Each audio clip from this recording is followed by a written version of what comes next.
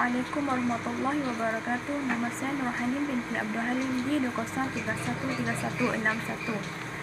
Pendahuluan bagi kesemua tajuk ialah Allah SWT telah menurunkan Al-Quran kepada Nabi Muhammad SAW yang mengandungi perintah-perintah dan larangan kepada manusia. Sesiapa yang mengikuti akan selamat di dunia maupun di akhirat. Bagi manusia yang mengingkari Al-Quran akan dimurkai oleh Allah SWT. Dalam Islam, hujah yang digunakan oleh fuqaha untuk mengistinbat hukum-hukum ialah Al-Quran. Sekiranya Al-Quran tidak diatur atau hukumnya tidak ditemui, hujah seterusnya akan digunakan oleh ahli tafsir, iaitu Al-Hadis. Jika Al-Hadis pun tidak menemui peruntukan hukum yang dikaji, hujah seterusnya ialah Al-Ijma' dan Qiyas. Al-Quran, Hadis, Ijma' dan Qiyas merupakan dalil syarak yang telah disepakati oleh jumhur fuqaha untuk mendalami hukum-hukum syarak sebagai balasan hukum-hukum yang tidak ada ketentuannya. Di samping dalil-dalil syarak yang telah disepakati oleh jumhur fuqaha, masih banyak dalil-dalil syarak yang diperselisihkan oleh jumhur ulama, sama ada boleh menjadi dalil syarak atau tidak boleh, seperti al-istihsan, al-maslahah mursalah, al-istishab, al-uf, mazhab sahabi al-ahlul madinah dan syarak man qablana. Tarikh bagi mazhab sahabi atau sahabat mengikuti pengertian ulama usul al-fiqh ialah mereka yang bertemu dengan Nabi Muhammad SAW dan beriman dengannya, bersahabat dengannya dalam tempoh yang agak panjang dan mengambil ilmu darinya sehingga wajar dikatakan sebagai sahabat dan teman rapat. Dari segi seperti Khulafa ar-Rasyidin, Ibnu Abbas, Aisyah dan lain-lain lagi. Sahabi menurut istilah muhadithin ialah mereka yang berjumpa dengan Nabi Muhammad SAW dalam keadaan Islam dan mati dalam agama Islam. Tetapi yang menjadi perbincangan kita ialah sahabi menurut istilah ulama usul al-fiqh, kerana sahabat yang seperti mereka inilah yang diriwayatkan fatwa-fatwa dan mazhab-mazhab ilmiah. Seterusnya, bagi maksud mazhab sahabi ialah perkara yang dimenukilkan kepada kita dan sabit di sisi kita dari seseorang sahabat dalam bentuk fatwa atau keputusan perhakiman dalam apa jua masalah syarak yang tidak terdapat nas dan tidak berlaku ijma'. Bismillahirrahmanirrahim. Assalamualaikum warahmatullahi wabarakatuh. Saya Muhammad Idham Saifuddin bin Mazli, nombor matrik di 20312843. Okey, giliran saya pula untuk membentangkan subjek tarikh atau syar'i dalam bahagian sikap ulama mujtahidin terhadap mazhab sahabi. Okey, terdapat beberapa fatwa dan keputusan perhakiman sahabat-sahabat yang dianggap salah satu sumber fiqh, maka ulama mujtahidin wajib berpegang dengannya apabila mereka tidak memenuhi hukum dalam masalah tertentu dalam Quran, Sunnah dan juga ijma'. Okey, bagi menjelaskan pandangan ulama tentang mazhab dan qaul sahabi dan menjelaskan juga mengenai sikap-sikap ulama mujtahidin terhadap mazhab sahabi, ini kita huraikan seperti berikut. Pertama, sikap mujtahidin terhadap mazhab sahabi ialah ulama mujtahidin tidak mungkin berlaku khilaf antara mereka bahawa kata-kata sahabat dalam perkara-perkara yang tidak boleh diketahui melalui pemikiran adalah dikira dalil dan sumber fiqh. Kerana kata-kata seperti ini dianggap mereka mendengar sedangkan sunnah merupakan sumber perundangan Islam. Yang kedua sikap ulama mujtahidin ialah ulama mujtahidin tidak mungkin berlaku khilaf tentang kata-kata sahabat yang telah berlaku infak sebagai hujah dan sumber syariah. Kerana ijma' sebagaimana diketahui umum adalah salah satu sumber perundangan Islam. Adapun kata-kata sahabat yang sukuti dan menjadi hujah juga bagi sesetengah ulama. Yang ketiga, sikap ulama mujtahidin ini tidak dinafikan bahawa ada juga kata-kata sahabat tidak dianggap sebagai hujah yang mengikat sahabat-sahabat lain yang semacam mereka juga. Okey, kerana kita dapati beberapa orang sahabat telah berselisih pendapat dalam beberapa masalah dan tidak pula mereka memaksa sahabat lain ikut pendapat mereka. Okey.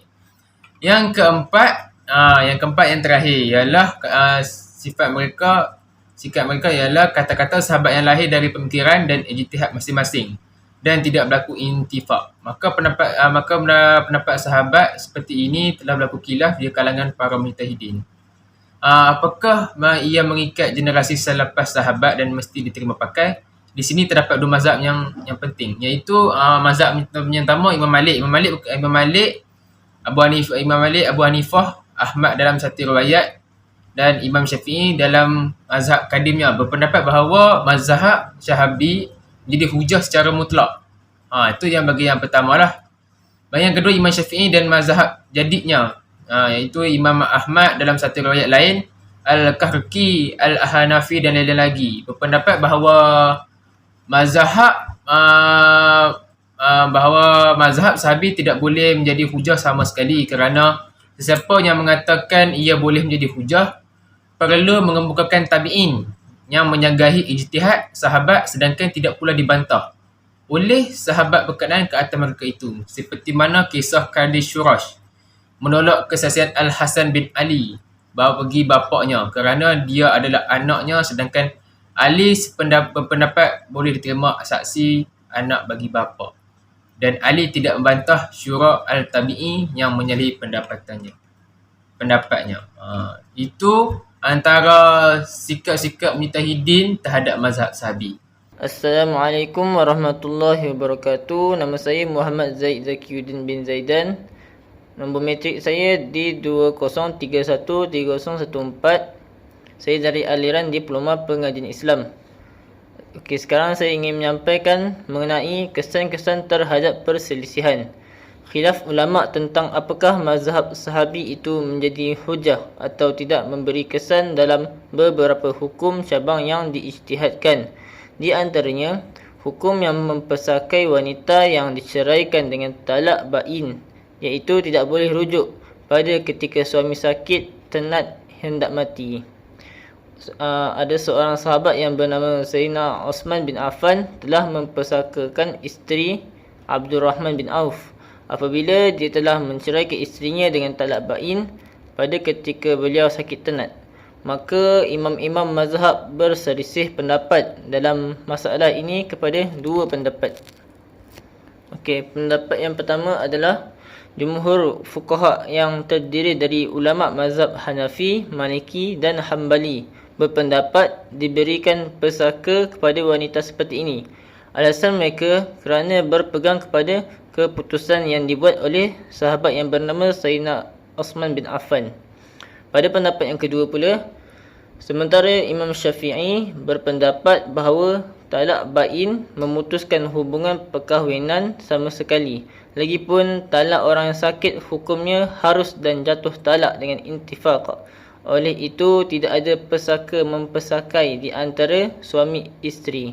Alasannya dalil-dalil syarak tentang pesaka talak dalam bentuk yang am. Assalamualaikum warahmatullahi wabarakatuh. Okey, nama saya Khairul Afif bin Khairul Anwar. Nombor metrik D20112528. Okey. Hari ini saya akan membentangkan tajuk Al-Istishab, iaitu ta'rif Al-Istishab. Okey. Ta'rif Al-Istishab dari sudut bahasa iaitu bersahabat, bersama, tuntut persahabatan atau sentiasa seiring.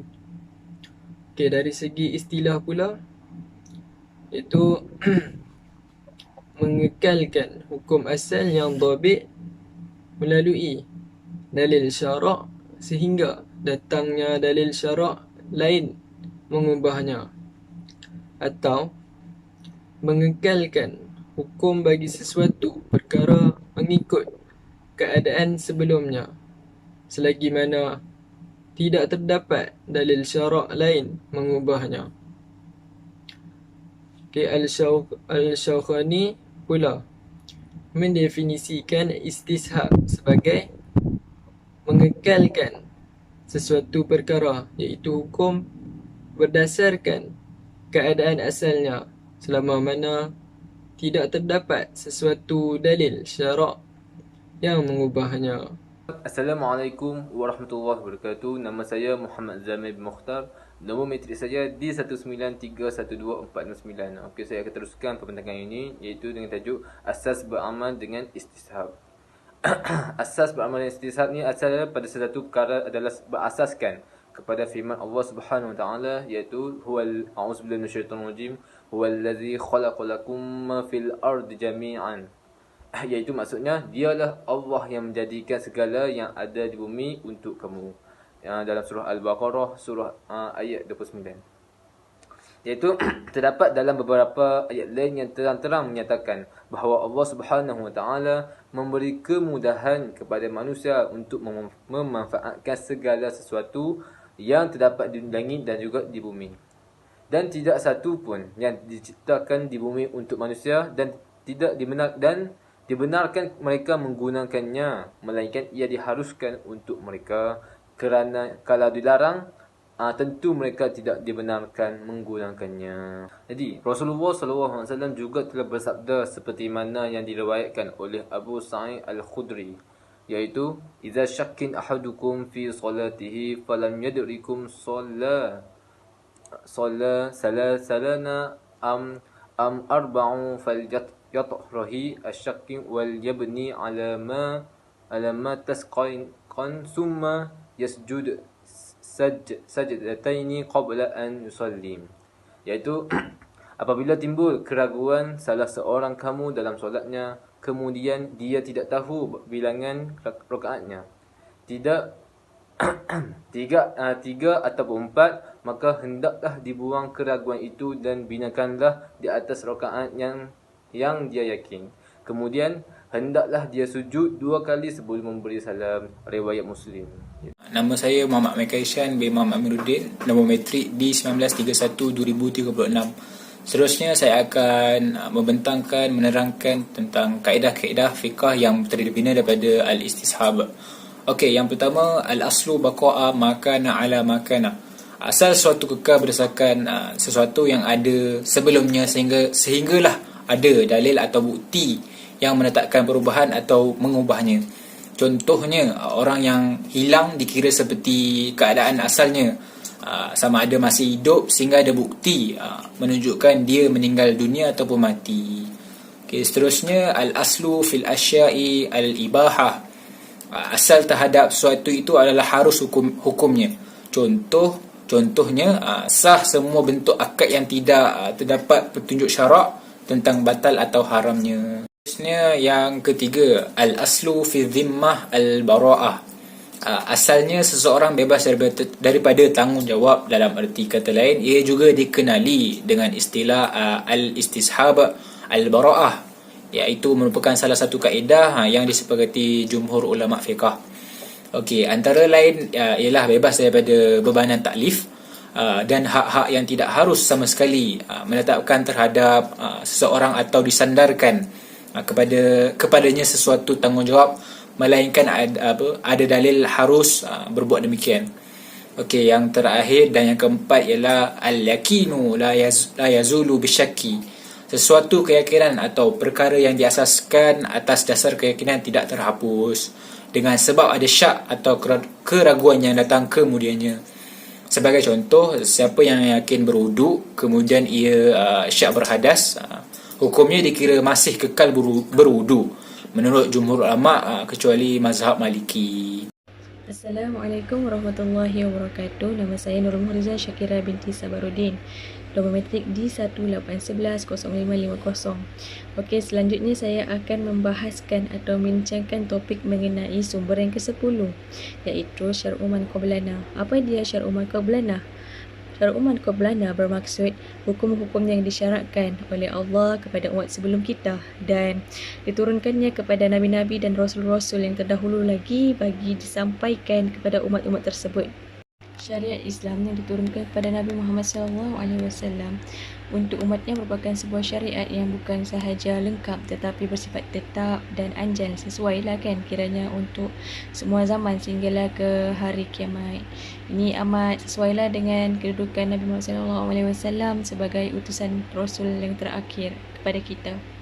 Sebelum baginda diutuskan, Allah telah mengutuskan Rasul-Rasul umat terdahulu, contohnya Nabi Musa, Nabi Isa diutuskan kepada Bani Israel, Nabi Ibrahim pula kepada kaum Namrud, Nabi Saleh pula kepada kaum Samud, dan Hud kepada kaum Ad, dan Nabi Syuaib kepada kaum Madian.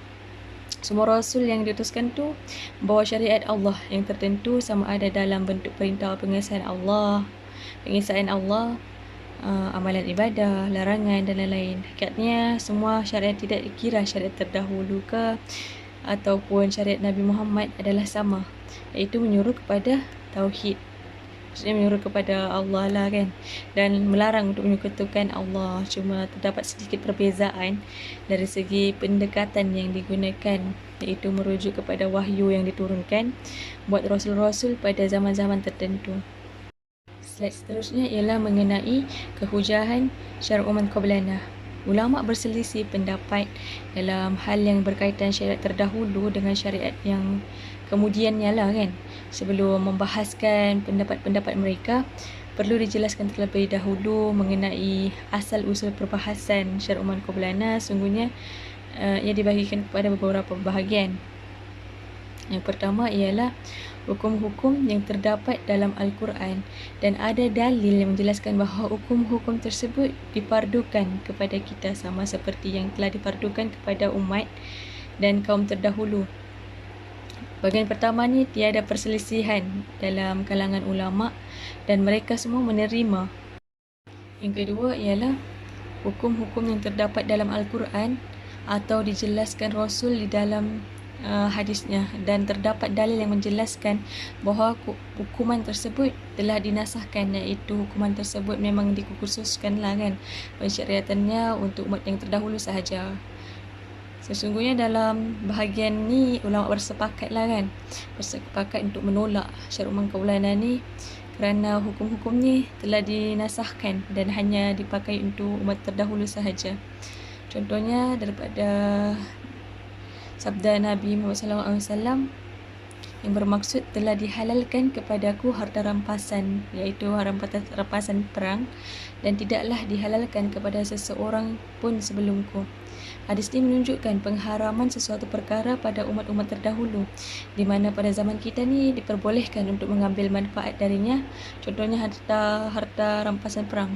Nama saya Muhammad Helmi Yusof di 1937-464. Baiklah, sambung daripada pembentangan tadi, hukum-hukum yang tidak disebut dalam Al-Quran dan tidak dijelaskan oleh Rasulullah SAW di dalam hadis baginda.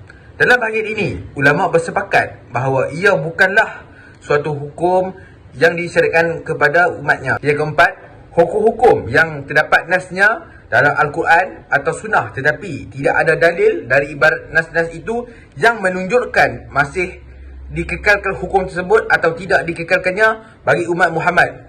Bahagian inilah menjadi masalah yang menyebabkan perselisihan di antara ulama kepada beberapa mazhab, iaitu mazhab Al-Hanafi sebagai Maliki dan ulama Syafi'i berpendapat bahawa hukum tersebut adalah merupakan syariat bagi kita yang wajib dipatuhi dan melaksanakannya apabila dijelaskan kepada kita dan tidak terdapat dalam syariat dalil yang menasahkannya kerana ia sebahagian daripada hukum-hukum ilahi yang disyariatkan oleh Allah melalui lidah para rasulnya.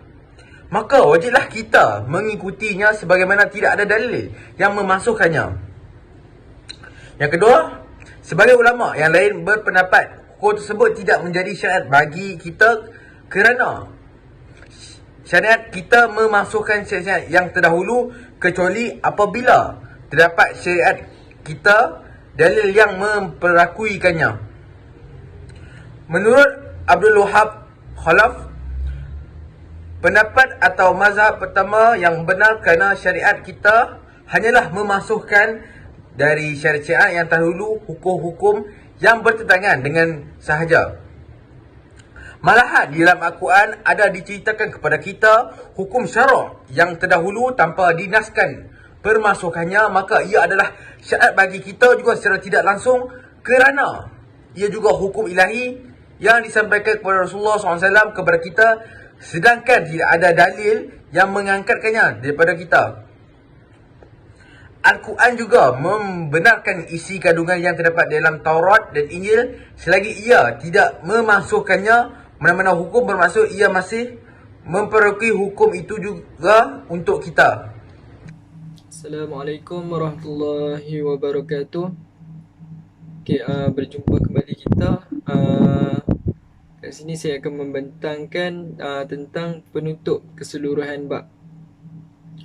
Okay, dari penjelasan daripada slide-slide yang sebelumnya, difahami bahawa tidak semua ulama sepakat untuk mengambil dan mengikuti mazhab sahabat sebagai hujjah dalam menetapkan sesuatu hukum.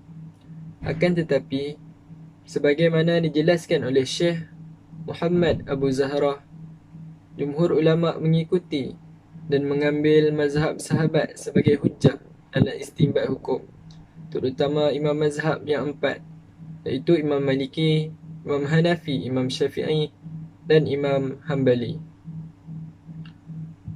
Alasan ulama menggunakan pendapat sahabat sebagai hujjah, mereka berdasarkan beberapa dalil, baik naqli maupun aqli. Salah satu di antara dalil tersebut ialah firman Allah Subhanahu wa taala yang berbunyi, A'udzu billahi minasyaitonir rajim. والسابقون الأولون من المهاجرين والأنصار والذين اتبعوهم بإحسان رضي الله عنهم ورضوا عنه وأعد لهم جنات تجري تحتها الأنهار خالدين فيها أبدا ذلك الفوز العظيم. Maksudnya, dan orang-orang yang terdahulu yang mula-mula berhijrah dan memberi bantuan dari orang-orang muhajirin dan ansar, dan orang-orang yang menurut jejak langkah mereka dengan kebaikan iman dan taat. Allah redha akan mereka dan mereka pula redha akan dia, serta ia menyediakan untuk mereka syurga-syurga yang mengalir di bawahnya beberapa sungai. Mereka kekal di dalamnya selama-lamanya. Itulah kemenangan yang besar. Surah At-Taubah ayat 100. Okay. Dalil aqli pula, para sahabat adalah orang-orang yang lebih dekat. Seperti yang kita ketahui, para sahabat adalah orang-orang yang lebih dekat kepada Rasulullah sallallahu alaihi wasallam dibanding orang lain. Dengan demikian, mereka lebih mengetahui tujuan-tujuan syarak lantaran mereka menyaksikan langsung tempat dan waktu turunnya Al-Quran. Mereka mempunyai keikhlasan dan penalaran yang tinggi, ketaatan yang mutlak kepada petunjuk-petunjuk Nabi Muhammad sallallahu alaihi wasallam, serta mereka mengetahui situasi di mana nas-nas Al-Quran diturunkan. Oleh kerana itu, fatwa-fatwa mereka lebih layak untuk diikuti. Okey. Setakat itu saja daripada kumpulan kami. Wabillahi taufiq wal hidayah. Assalamualaikum warahmatullahi wabarakatuh. Sekian, terima kasih.